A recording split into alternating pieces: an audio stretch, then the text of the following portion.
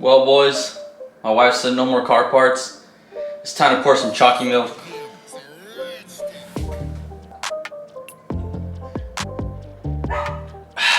It's gonna be alright, boys. All right, Seth, looking clean.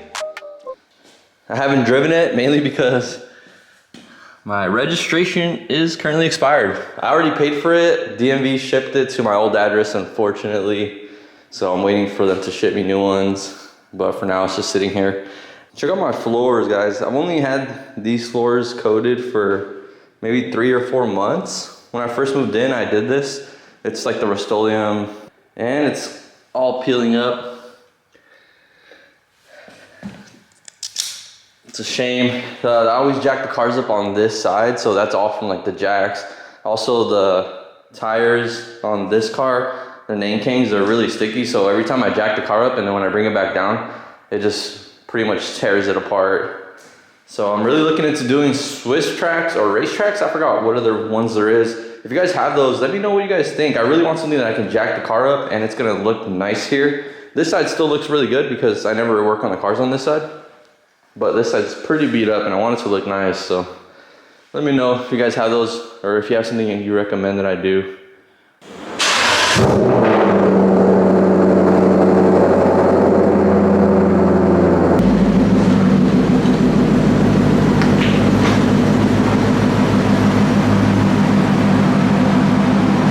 If you guys had to pick between one, which one would you guys take? The V8 ISF? Or the twin turbo inline 6. They're both so similar but so different, to be honest. Very different cars. What is up, guys? Welcome back to the channel. If you guys are new around here, my name is Jaime. I appreciate you guys checking out another video.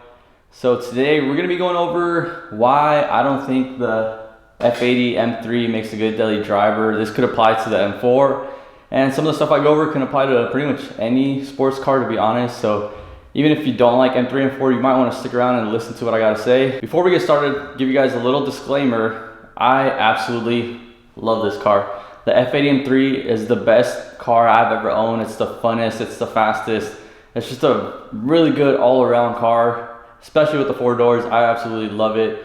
I would buy this again and again, to be honest, and I would recommend this to anybody. This is just such an amazing car. So I just want to get that out of the way. Also, I bought it in September. It's been about 5 months and I have put 10,000 miles on this car in those 5 months. That is a lot of miles, guys. So I have been daily driving this car. I drive the crap out of it and I do really like it. But driving all those miles in that short time, I've started to see some stuff that I don't really think makes it a good daily driver. And I want to share that with you guys. And let me know what you guys think in the comments, if you guys agree with me or if you have anything to add or if you disagree with me. So again, this little disclaimer, I absolutely love this car. So one of the biggest reasons why I don't think this makes a good daily driver is it is a lot of fun when you take it out and really drive it and drive it how it's supposed to be, like go out in the canyons, just do spirited driving. It's a lot of fun. It's a lot of car. It's a lot of car to handle. But on a daily driving basis, it kind of takes away from that. So I drive it every day. I drive to work about 30 minutes. I get on the freeway, put it on cruise control. My work is right off the freeway. So like I get off the freeway and park the car. So there's not a lot of enjoyment in between here to there. You know, like I like being behind the wheel, but I'm not really enjoying it for what it is. And all those miles I'm putting on it aren't really, they're not fun miles. I get on the freeway, put it on cruise control and drive, that's it. And I'm not out there doing pulls. Like this car gets to speed so fast that you can't even do a pull because you'll be in triple digit numbers, you'll go to jail. Like it's no joke, you know. So, and since it's just on the freeway, it's just a straight shot. Like there's no curves, nothing. So I get on the freeway, put it on cruise control, sit in traffic, whatever. And it kind of makes me numb to the car, to be honest. And it makes me not enjoy it as much on a daily basis. That's just honest truth. I don't know if you guys have ever felt that with a car. There's something to say about a car that you drive only on the weekends. So say you have a daily and it's just a car you commute with. You get in that, whatever, you enjoy it. But once you get back into your sports car, oh man, you just like, you get that rush of excitement and stuff. But when you drive it every day, it just kind of takes away from that. So to me, that is the biggest downfall of driving this car on a daily basis. You're really just not enjoying it for what it is if you're driving it like that, especially if you're sitting in traffic. Like, come on, like, are you guys really, like, don't get me wrong, it's so nice to be behind the wheel. Along with the mileage of driving every day, the commuting, I think the value really starts to take a hit, especially on a car notorious for, this car is really good. This is the only car that I would ever buy from BMW. I know the other ones are terrible. Sorry for you E90 guys, but I would never buy that. That's why I have an ISF, 4 years, no issues. I'll buy that over and over again over an E90. Sorry you guys. So this car is known to be really reliable, especially if you take care of it, but it still has that BMW badge. It's still gonna take a huge hit when you go to resell if you have a lot of miles.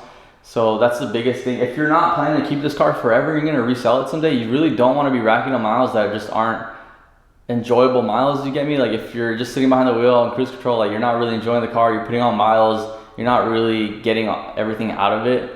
So those miles that you're racking up is taking away value from the car. And for what? If you can have a daily driver, then just drive that. To be honest, I've been working on the Lexus, now it's up and running, so that is my daily driver now. So I'm really excited for that. It's gonna make this car just so much more fun when I do drive it. So again, if you're planning to sell this car eventually, miles is a big one on BMWs. It just is. The Lexus, it does not affect it at all, to be honest. You can see cars going for like 130 miles, still selling for like 20K, 25K, like a lot, and they sell fast because they're so reliable. But this car, it's just not one of those cars that you can rack up the miles and still get a decent amount of your money back. Unless it's your only car, then whatever. If you don't care about the value, that's fine too. Not everybody does. Me, I don't think I'll keep this car forever. It's one of the funnest, it's awesome, but I know I always want to work towards something else. That's just how I am, so I'm never going to be stuck on this car. This was never a car that I grew up dreaming about. I mean, growing up, they didn't have this car, to be honest, so this is not something I dreamed about. So unless it was one of those cars for you, then I would highly suggest against daily driving, especially if you work far from your home. Before we get on to the next one, I just want to tell you, if you guys can please consider hitting that subscribe button if you guys are not subscribed already. I'm really trying to grow the channel, really trying to put in the effort, and I hope you guys just enjoy the content. I'm trying to stay consistent. You guys have been killing it on my previous videos. The likes, the comments, they go such a long way. My ISF wrap reveal video did so good, and it's just because you guys liking it, watching it, leaving comments, that really helps me out. I gained like 100 subscribers from it that I'm really excited about, and it just pushes me more and motivates me more to grow the channel and get better. So make sure you guys hit that subscribe button. Let's get on to the next one. Probably the last one. This might not apply to everybody, but the car is not that comfortable. For BMW, it is a sports car. I 100% understand that. It's meant to handle good and stuff like that. It is good for what it is for a sports car. I think it's pretty comfortable, but when you compare it to a regular car, this is pretty stiff, pretty rough. Even in comfort mode, when you hit some of those bumps and dips, like it is pretty rough. It's not as comfortable as other luxury cars, obviously. I do love that it has different suspension settings that you can adjust from the inside. I do really love that. But when you have passengers in the car with you, they do feel it, especially if they're not car people. They feel those bumps. I've had people comment like, damn, like why is this ride so stiff? And to me, it's like, oh, this is good. This is great. Like, what are you talking about? But no, to other people that aren't car enthusiasts and don't really understand why cars are stiff, to them, it's just like, wow, this ride's terrible.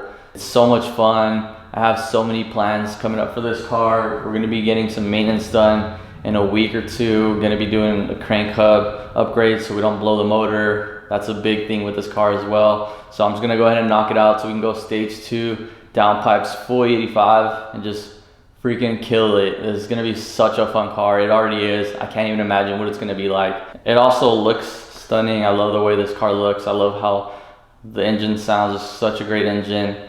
I have so many other videos talking great things about this car, so make sure you guys check those out. If you guys have any questions in the comments, if you guys have any concerns, if you guys have any comments on what else I could do videos on, let me know. If you guys want to know anything about either car, this or the ISF, also let me know in the comments. What do you guys like better? I know some of you are just here for the ISF, and I'm cool with that, and some of you are just here for the BMW. And if you guys aren't here for either, you just like the content, big ups to you. I appreciate you guys for that as well. I'm trying to divide my content evenly between the two. Obviously, I was wrapping the car, so that took a lot of my videos, but now we're getting back into the BMW. Like I said, we're gonna be getting some maintenance done, spark plugs, oil change, coolant change, new gaskets. Pretty much give the car a full refresh. It is gonna get close to 60,000 miles soon.